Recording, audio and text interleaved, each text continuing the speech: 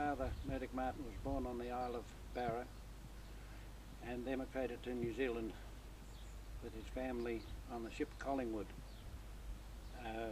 He was a boy of 13 on the ship, and he was quartered in the single men's quarters, which must have been a fairly traumatic experience for him there, because he only had learnt Gaelic and couldn't speak English.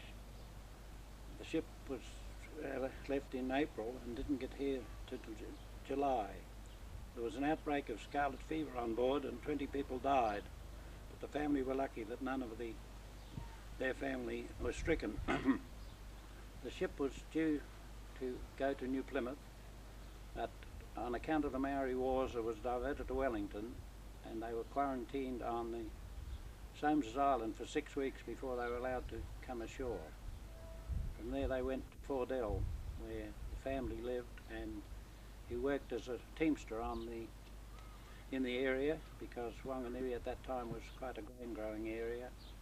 And then finally he won a ballot for a section in Rangiwahia and shifted up there. He used to work on the agricultural work during the season and then take his pay at the end of the season and go up to Rangiwahia and cut bush all the winter. He was assisted up there by 4 brothers, and that was the annual thing. They would go back to Fordell, and then when they earned their pay would take provisions up and continue to burn off the bush, cut the previous year, and then spend the winter cutting bush. And by doing that they gradually got the farm broken in.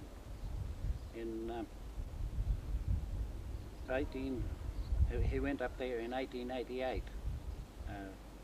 In 1896 he married the third daughter, my mother Emily, third daughter of Tom Moffat, who had this local store and carrying business in the area, and they settled down, and he built a house, the home we lived in and were born in, and the timber was carted from Kiwatia by block dray, because that was the nearest sawmill to Rangiwahia and the only place where they could get rusticating boarding cut. It was a one-day journey to come down, load the dray and go back the following day.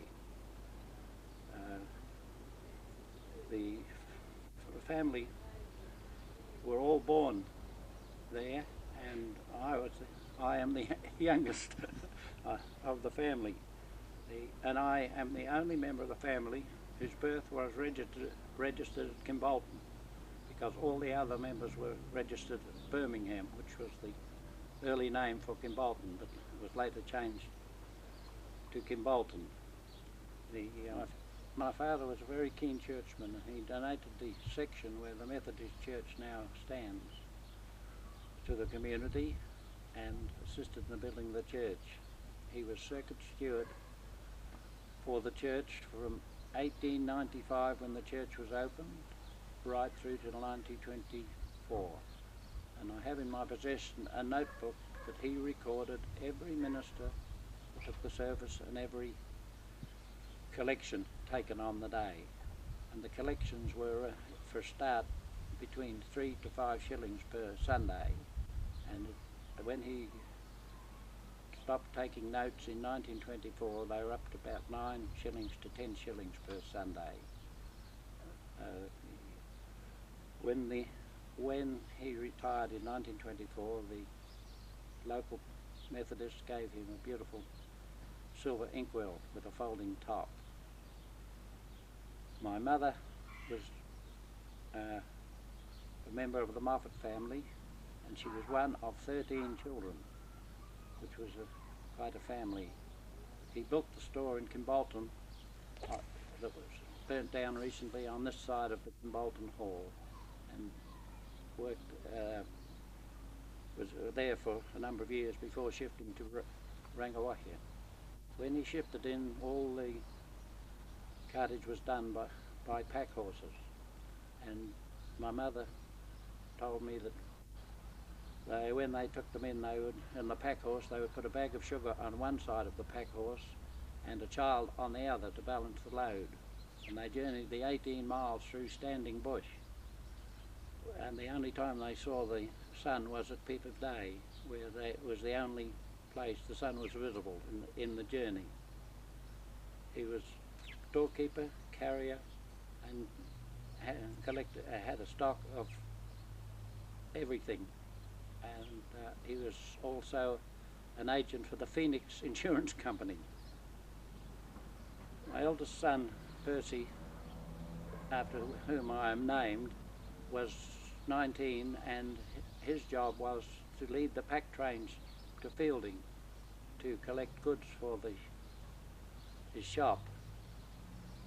And he recalls that one morning when he was leaving early, he went into the stable to harness his pack train up and walked into a pair of boots.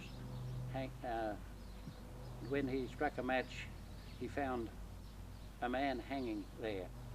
He felt the legs, and because the body was stiff, he said nothing and went on his way, because he didn't want to be involved in the inquiry.